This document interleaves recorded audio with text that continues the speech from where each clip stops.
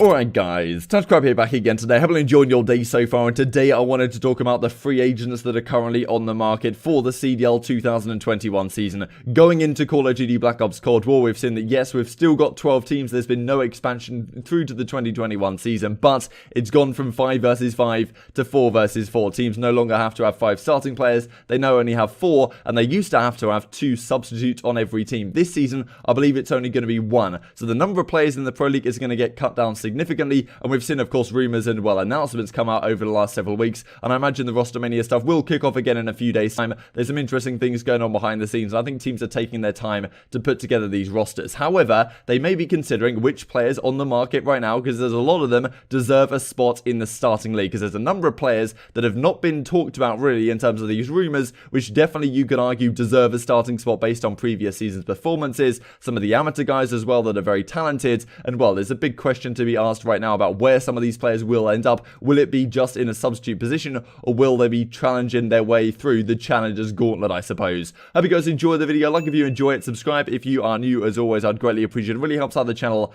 Thank you for doing that. Let's get into it then. So this was the graphic that came out from the CDL a couple of days ago, pointing out all the announcements that are confirmed so far. Drasla they do have on OGLA here, but I believe he's most likely to be a substitute. TJ should still be here. So of course a number of spots to fill, as well announcements that have not been made quite yet by the likes of Florida Mutineers, Paris Legion, LAG haven't announced anyone, and still the Toronto Ultra is still in question, even though we think it's just going to be Methods and Bants in addition to these guys, plus Insights. And of course, well, the top teams have already confirmed what their lineup is going to be for next season, but the substitute question on some of these teams is still up in the air, because they're going to have some substitutes, but I believe a lot of the substitute decisions are going to be made way down the line, and probably not until, like, you know, near game release or something. You know, these teams may end up picking up a substitute much closer to the time when it's a lot clearer who's going to be good at the game, and well, there's no clear deadline as I understand it right now as to when these teams have to be officially finalized. So this is what Cronut CDL Intel said a few days ago, hearing that Zero is likely London's 4th, Zed could be substitute, and well, this is a few days ago now, but this could still be the case. Things of course are changing very quickly. The John situation is still certainly up in the air. I believe to New York possibly. Hydra is certainly also there as well. So this is the graphic that he puts out.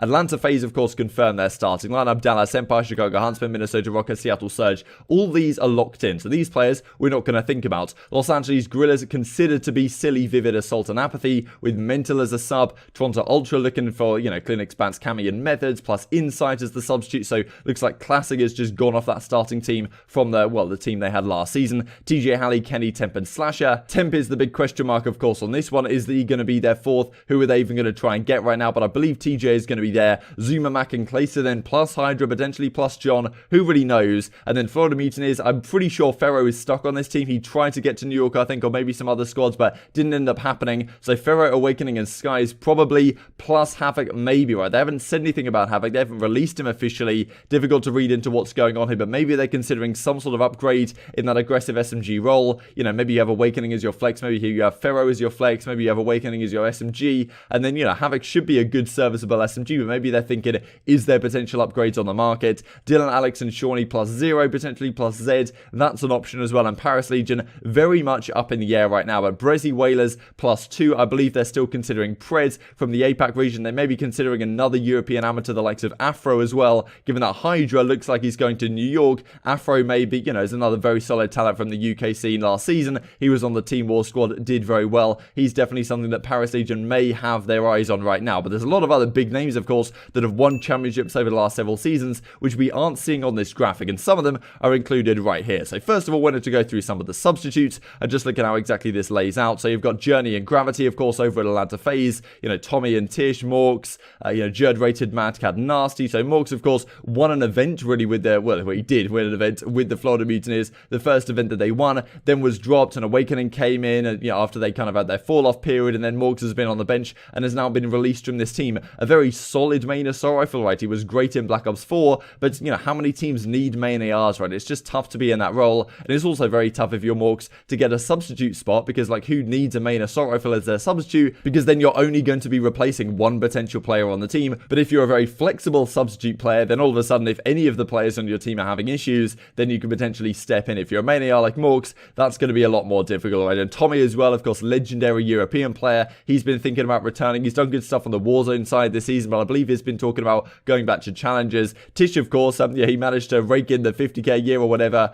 on the Dallas Empire. I don't exactly know what he's going to do, but it's tough, right? Like, if you're a substitute on one of these teams, never really got an opportunity to prove yourself, somewhat difficult to really get back into a high-tier challengers team, let alone, of course, a professional squad. Now, Royal Ravens, I mean, like, Rated, MadCat, Nasty, like, these are all fantastic players that they had on their bench. All of these guys have been released. Jerd maybe is the most interesting one, just given, like, he's been such a great player over a number of seasons, and a lot of players, a lot of teams, to be honest, can be looking for, well, aggressive SMG players. Jerd's been one of the best over the course of his career, was great at Black Ops 4 right at the start, was fantastic at World War II as well. Didn't have the best Modern Warfare season, of course, there's no doubt about that, but, you know, a lot of players didn't have a great Modern Warfare season. He was then benched off the team, and he's in a difficult spot, but I wouldn't be surprised at all if he gets a substitute spot somewhere, just because I think he's just been such a great player over his career, can definitely bring a lot to a team, and he's a fantastic SMG, to be honest, one of the greatest the European region has ever produced, and Rated, of course, as well, very solid main assault rifle, but as I say, how many teams need a main AR? Rated could also kind of play flex as well, done good stuff on the Warzone side as well this season, in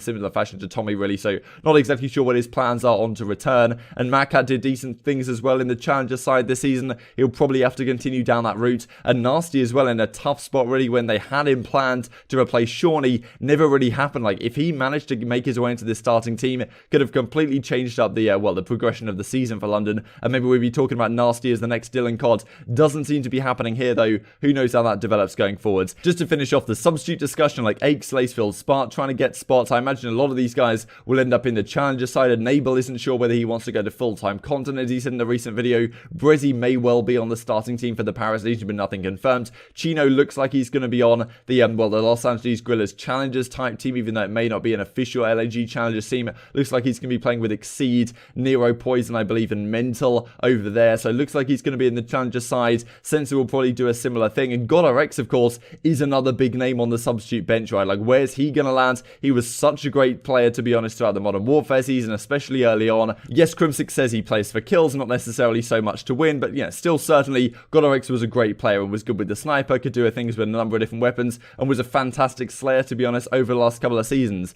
Teams probably need a player like that to some degree, but well, it's difficult to say. Maybe he doesn't have too much experience playing with too many other players outside of the guys he played with last season, and that puts him in a difficult spot, right? And is he a great substitute player again when he's going to be on the slower side? And ideally, you probably want an SMG player as your substitute, so you can, well, so you can swap out for more potential players on the team. I feel like it's easier for SMGs to fit into a flex AR role if necessary than it is for kind of flex ARs to fit into an SMG role. But yeah, GodRx another big name on the bench here. Now, of course, the red names, apart from Lucky and Mayhem, they were also meant to be in orange, are some of these ones on the starting team. So, of course, FaZe, Huntsman, and Empire, all these guys that didn't make it on these teams have, of course, gone on to other teams like Major Maniac Priesthood to Minnesota Rocker. I mean, Pristini, of course, and Gunless going to the Seattle Surge, Clayster going to New York Subliners. So you've got Havoc and Frosty here on the Mutineers. Havoc, we don't know what's going on. Frosty finds himself as kind of the odd man out on this team, unfortunately. He has been playing a lot of Halo recently. Maybe he's thinking about going back to Halo Infinite when that new game does drop, but it was delayed somewhat. Waskin and Scraps, of course, big names off the London Royal Ravens. Why are they not on this team? Why are they not getting a spot on any other team? Are they thinking about just doing content, right? Because, you know, if you're a Paris Legion, right, or if you're a player, if you're a squad like that, Waskin is in a more difficult spot. Scraps may get a substitute spot, but yeah, it seems difficult for Waskin right now because a lot of teams are already building around main assault rifles. You don't necessarily need a guy like this, and it seems like London are going to move forward with Shawnee as their main assault rifle. So big questions onto why these guys aren't getting picked up. Are they like a package deal? Are they, you know, are they happy to team apart? I think Scraps did do a tweet that he said they're kind of happy to team apart. So, you know, very interesting question why these guys aren't here, because these were, you know, arguably both top 20 players throughout Modern Warfare, or, you know, on the cusp at least. Waskin certainly got to be up there somewhere. Scraps maybe just on the cusp, but yeah, certainly very solid players not getting a spot right, and that just shows some of the well, some of the things that are going to happen really when you go down to a 4v4 environment. Asim as well, another player that definitely is worth mentioning here. I think Asim, to be honest, is one of the most underrated players in the league. He plays a very difficult, fast, aggressive SMG role, was good on FaZe Clan in Black Ops 4. This season, Minnesota Rocker also had decent results, and part of that was because Asim, when he did take over a game and have a good map, this team was almost unstoppable at times. And I think a lot of teams are overlooking a guy like Asim. They're looking at guys that can slay, that are, you know, put up big numbers, but Asim can bring a lot to a squad. And yes, he hasn't done it in a 4v4 environment in the past, but he seems to be a very good teammate, a very down-to-earth guy, and I think he honestly does deserve a spot somewhere. If I was a general manager, I'd certainly consider getting him in as at least a substitute, and he's a similar player to Havoc in a sense. Like, if you're Mutineers, you're thinking, do we keep Havoc? Do we maybe get Asim in? Do we have, like, like one on the bench or something like that, that could be an option because there's not many players that do what Asim does in the entire league, and that makes him pretty valuable. And I think it's I think a lot of these organizations are somewhat overlooking some of these, like, you know, players that do the dirty work, I suppose, on the teams, that are willing to put their lives on the line and don't necessarily put up the best stats in the game. But well, that's as the type of player you need on a squad, to be honest. You can't just fill a 4v4 squad all with powerhouse slayers. We saw what happened when we put, you know, Crimsix, Methods, Octane and Scump on the same team. Didn't really work out too great. There's still questions about Temp right now. Definitely a very solid player over the last several seasons. Is he going to be going to the OpTic Gaming Los Angeles squad? Is Hollow going to be staying here? Is he going elsewhere? Who really knows? Paris Legion as well. A lot of big names here. Zed could stay. Kismet was fantastic on Enigma 6 really throughout the Black Ops 4 season. Had a solid Modern Warfare at times. Wasn't great though, especially in the middle of the game. Kind of got better towards the end, but another big name here really. Can he find a spot somewhere? I mean, SMG Slayers are kind of needed. And well, Slacked as well, winning multiple championships over multiple years. Classic, of course, like Octane and Slackton Classic have had great results in the past. Didn't really work out for Slackton Co on this team this season, and now Octane is moving in a completely different direction, and these guys may well find themselves on the sidelines. Does the team want them as a substitute? I mean, you could bring a guy like Slacked or Classic in that have a lot of experience. Maybe they can add something to a team in terms of team chemistry on the bench, because Tommy was almost acting as Dallas Empire's coach at times before they brought Rambo Ray in. So maybe they can add something to a squad, but you know, there's just a number of big name players that we're going through here which don't look like they're going to get a spot for this season. And in addition to that, you've also got the amateur players that like to Fire, Sibilant, Afro, Parasite, Standy, Gunsy, Noisy, and all these guys. Pred, of course, is mentioned right here as well. So a lot of big names, not on the starting teams from the professional side last season, but also amateur players are looking for their spot as well. And there's not too many more spots to fill. Let's just say that, given some of the substitute bench have already been filled up as well. Intrigued to hear your thoughts in the comment section below. Which player would you pick up if you were a general manager right now to your starting team or as a substitute? Because there's a lot of big names out there that have won championships in the past, and I'm sure could do it again, that maybe are getting overlooked in this one. Thank you for watching the video. Like if you guys enjoyed it. Subscribe if you are new. It really helps out the channel. Thank you for doing that, and I will see you next time.